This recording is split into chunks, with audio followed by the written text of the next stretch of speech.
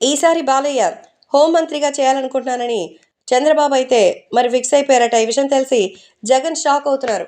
నారా చంద్రబాబు నాయుడు తను పక్కకు తప్పుకొని ఇప్పుడు బాలకృష్ణకే పగ్గాలు అప్పగించాలనుకుంటున్నారు. కారణం ఏంటంటే అందరూ కూడా తనని అడ్డం పెట్టుకుని మరేదో తెలుగుదేశం పార్టీని దోచేసుకున్నాను, ఇంకేదో చేసేసాననేది కారులోనే అక్కడ మరి కావాల్సినటువంటి అన్ని ఏర్పాట్లు చేసి మరి ఈ విషయాన్ని గురించి డిస్కస్ చేసి చెప్పేశారట. అయితే ఈసారి నందమూరి బాలకృష్ణ హోంమంత్రిగా చూడాలనేదే తన టార్గెట్‌గా చెప్తున్నారు నారా చంద్రబాబు నాయుడు. జగన్మోహన్ రెడ్డిని ఓడించాలి.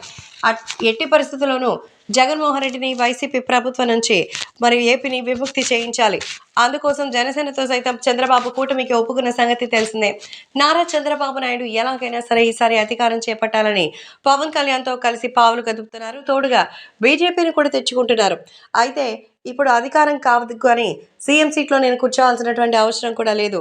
మరైతే ఖచ్చితంగా నందమూరి బాలకృష్ణ విజయం సాధించాలి అంటూ ఈ సందర్భంగా అయితే హోంమంత్రిని చేయాలనుకుంటున్నారట మన చంద్రబాబు నాయుడు. ఈ విషయం తెలిసి జగన్ కూడా ఆశ్చర్యపోతున్నారు. ఎందుకంటే జగన్మోహన్ రెడ్డికి తెలుసు చంద్రబాబు పక్కకు తప్పుకుంటే తెలుగుదేశం పార్టీకి అంతా మంచి జరుగుతుందని. అలాగే తెలుగుదేశం పార్టీకి అభిమానులు కూడా మరి భారీగా ఎక్కువ అవుతారు. ఈ నేపథ్యంలో నారా చంద్రబాబు నాయుడికి సంబంధించి మరి తీసుకునే నిర్ణయం అటు బాలకృష్ణ అభిమానులు కూడా ఎంతగానో మెచ్చుకుంటున్నారు.